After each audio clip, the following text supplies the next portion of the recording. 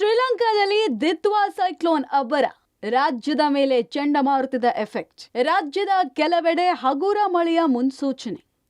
ದಿತ್ವಾ ಚಂಡಮಾರುತದ ಎಫೆಕ್ಟ್ನಿಂದಾಗಿ ಕರ್ನಾಟಕದಲ್ಲೂ ಮಳೆಯ ಮುನ್ಸೂಚನೆ ನೀಡಲಾಗಿದೆ. ಬೆಂಗಳೂರು ಸೇರಿದಂತೆ ರಾಜ್ಯದ ಹಲವೆಡೆ ಹಗುರ ಮಳೆಯಾಗುವ ಸಾಧ್ಯತೆ ಇದೆ. ಹಗಲಿನಲ್ಲಿ ಗರಿಷ್ಠ ಉಷ್ಣಾಂಶ ಗಣನೀಯವಾಗಿ ಇಳಿಮುಖವಾಗುವ ಸಾಧ್ಯತೆ ಇದೆ. ದಕ್ಷಿಣ ಒಳನಾಡು ಕರಾವಳಿ ಜಿಲ್ಲೆಗಳಲ್ಲಿ ಹಗುರ ಮಳೆಯ ಮುನ್ಸೂಚನೆ ಕೊಡಲಾಗಿದೆ. ಬಳ್ಳಾರಿ, ಚಿತ್ರದುರ್ಗ, ದಾವಣಗೆರೆ, ತುಮಕೂರು, ಚಿಕ್ಕಬಳ್ಳಾಪುರ, ಕೋಲಾರ, ಬೆಂಗಳೂರು, ರಾಮನಗರ, ಮಂಡ್ಯ, ಮೈಸೂರು, ಚಾಮರಾಜನಗರ, ಕೊಡಗು, ಹಾಸನ, ದಕ್ಷಿಣ ಕನ್ನಡ, ಉಡುಪಿಯ ಕೆಲವೆಡೆ ಇವತ್ತು ಸಾಧಾರಣ ಮಳೆಯಾಗುವ ಮುನ್ಸೂಚನೆ ಇದೆ. ಹಗಲಿನಲ್ಲಿ ಗರಿಷ್ಠ ಉಷ್ಣಾಂಶ ಗಣನೀಯವಾಗಿ ಇಳಿಮುಖವಾಗುವ ಸಾಧ್ಯತೆ ಇದೆ. ಮುಂದಿನ 2 ದಿನ ಚಳಿಯ ವಾತಾವರಣ ಮುಂದುವರಿಯಲಿದೆ. ಬೆಂಗಳೂರಲ್ಲಿ ಗರಿಷ್ಠ ಉಷ್ಣಾಂಶ 22 ಡಿಗ್ರಿ ಸೆಲ್ಸಿಯಸ್ ಇದ್ದು ಕನಿಷ್ಠ ಉಷ್ಣಾಂಶ 18 ಡಿಗ್ರಿ ಸೆಲ್ಸಿಯಸ್ ಇರಲಿದೆ. ದಿತ್ವಾ ಎಫೆಕ್ಟ್, ತಾಪಮಾನ ಕುಸಿತ. ಬೆಂಗಳೂರಲ್ಲಿ ಮೈ ಕೊರೆಯುವ ಚಳಿ, ಶೀತಗಾಳಿ, ಚಳಿಗೆ ಪತರುಗುಟ್ಟಿದ ಸಿಲಿಕಾನ್ ಸಿಟಿ ಮಂದಿ. ಬೆಂಗಳೂರಿನಲ್ಲಿ ಕಳೆದ 1 ವಾರದಿಂದ ಚಳಿ, ಶೀತಗಾಳಿ ಜೋರಾಗಿದೆ. ಮನೆಯ ಹೊಸ್ತಿಲು ಕೂಡ ಗಡಗಡ ನಡುಗೋಷ್ಟು ಚಳಿ ಆವರಿಸಿದೆ. ನಿನ್ನೆ ದಕ್ಷಿಣ ಒಳನಾಡಿನ ಎಲ್ಲಾ ಜಿಲ್ಲೆಗಳಲ್ಲಿ ಉಷ್ಣಾಂಶ ಗಣನೀಯವಾಗಿ ಇಳಿಕೆಯಾಗಿದೆ. ಬೆಂಗಳೂರಲ್ಲಿ ನಿನ್ನೆ ಕನಿಷ್ಠ ಉಷ್ಣಾಂಶ 18 ಡಿಗ್ರಿ ಸೆಂಟಿಗ್ರೇಡ್ ಇದ್ದಿದ್ದು, ಇವತ್ತು ದಕ್ಷಿಣ ಒಳನಾಡಿನ ಕೆಲ ಜಿಲ್ಲೆಗಳಲ್ಲಿ ಸಾಧಾರಣದಿಂದ ಹಗುರ ಮಳೆಯಾಗುವ ಸಾಧ್ಯತೆ ಇದೆ.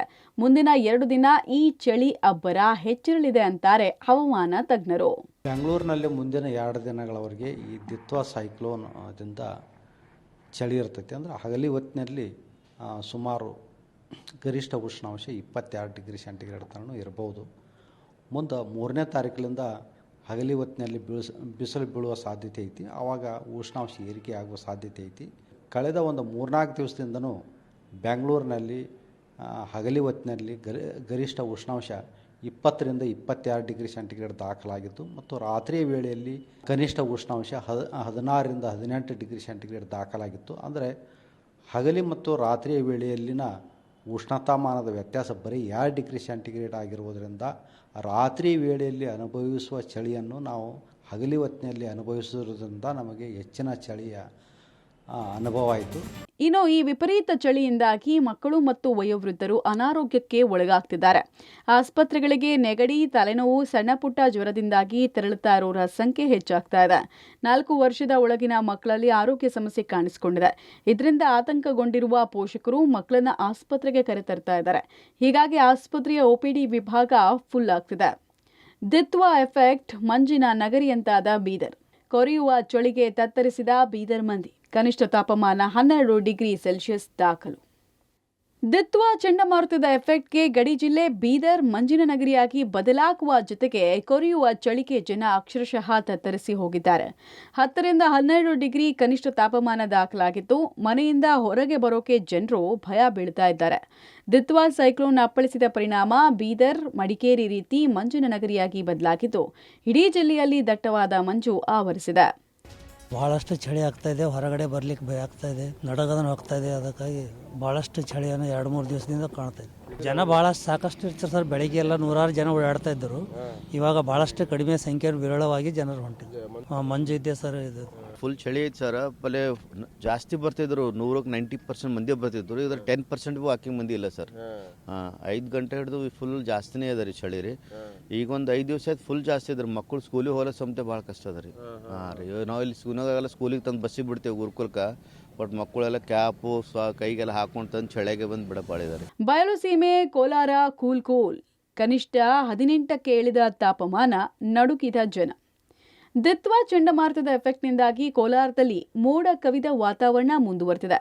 ಕನಿಷ್ಠ 18 ಡಿಗ್ರಿ ಇಳಿದ ತಾಪಮಾನದಿಂದಾಗಿ ಜನ ಗಡಗಡ ನಡುಗ್ತಿದ್ದಾರೆ. ಕಳೆದ 4 ದಿನಗಳಿಂದಲೂ ಸೂರ್ಯ ಕಣ್ಮರೆಯಾಗಿದ್ದು, ಶೀತಗಾಳಿ ಹಾಗೂ ಚಳಿಗೆ ಜನರು ತಂಡ ಹೊಡೆದಿದ್ದಾರೆ. ವಿಪರೀತ ಚಳಿಯಿಂದಾಗಿ ಬೆಳೆಗಳಿಗೂ ಹಾನಿ ಉಂಟಾಗಿದ್ದು, ಜಿಲ್ಲೆಯ ಜನರ ಆರೋಗ್ಯದಲ್ಲೂ ಏರುಪೇರಾಗಿದೆ. ಶೀತ, ಕೆಮ್ಮು, ಜ್ವರದಿಂದಾಗಿ ಜನ ಆಸ್ಪತ್ರೆಗಳ ಕಡೆಗೆ ಮುಖ ಮಾಡಿದ್ದಾರೆ. ಚಿಕ್ಕಬಳ್ಳಾಪುರ ಜಿಲ್ಲಾದ್ಯಂತ ರಾಗಿ ಬೆಳೆ ನಾಶ. ಅತಿಯಾದ ಚಳಿ ನಡುವೆ ದಿತ್ವಾ ಚಂಡಮಾರುತದ ಪರಿಣಾಮ ಚಿಕ್ಕಬಳ್ಳಾಪುರ ಜಿಲ್ಲೆಯ ಹಲವೆಡೆ ಕಟಾವಿಗೆ ಬಂದಿರುವ ರಾಗಿ ಬೆಳೆ ಮಣ್ಣು ಪಾಲಾಗ್ತಿದೆ. ಸೈಕ್ಲೋನ್ ಎಫೆಕ್ಟ್ಗೆ ರಾಗಿ ಬೆಳೆ ನೆಲಕಚ್ಚಿದ್ದು, ಅಗಲ್ಗುರ್ಕಿ ಗ್ರಾಮದ ರೈತ ನಾರಾಯಣ ಸ್ವಾಮಿ ಬೆಳೆದಿರುವ ರಾಗಿ ಬೆಳೆ ಮಣ್ಣು ಪಾಲಾಗ್ತಿದೆ.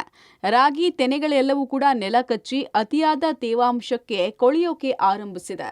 ದಿತ್ವಾ ಚಂಡಮಾರುತದ ಪರಿಣಾಮ ಈಗ ಇಡೀ ಜಿಲ್ಲೆಯಲ್ಲಿ ಒಂದು ರೀತಿ ಮೋಡ ಕವಿದಂತಹ ವಾತಾವರಣ, ಮತ್ತೊಂದು ಕಡೆ ಇದರ ಪರಿಣಾಮದಿಂದ ಬೆಳೆಗಳು ಹಾಳಾಗ್ತಾ ಇದೆ. ಇವತ್ತು ಚಿಕ್ಕಬಳ್ಳಾಪುರ ಅಂತಂದ್ರೆ ರಾಗಿ ಬೆಳೆಯನ್ನ ಯಥೇಚ್ಛವಾಗಿ ಬೆಳೆಯುವಂತಹ ರೈತರು ಮಳೆಯಾಶ್ರಿತವಾಗಿ ಈಗಾಗಲೇ ಕೂಡ ರಾಗಿ ಬೆಳೆಯನ್ನ ಬೆಳೆದಿದ್ದಾರೆ. ಆದರೆ ಬಹುತೇಕ ರಾಗಿ ಬೆಳೆ ಇವತ್ತು ಕಟಾವಿನ ಹಂತಕ್ಕೆ ಬಂದು ನಿಂತಿದೆ. ಆದರೆ ಇವತ್ತು ಮಳೆ ಮತ್ತು ಸೈಕ್ಲೋನ್ ಪರಿಣಾಮದಿಂದ ಈಗ ರಾಗಿ ಬೆಳೆ ಎಲ್ಲವೂ ಕೂಡ ಮಣ್ಣು ಪಾಲಾಗ್ತಿದೆ.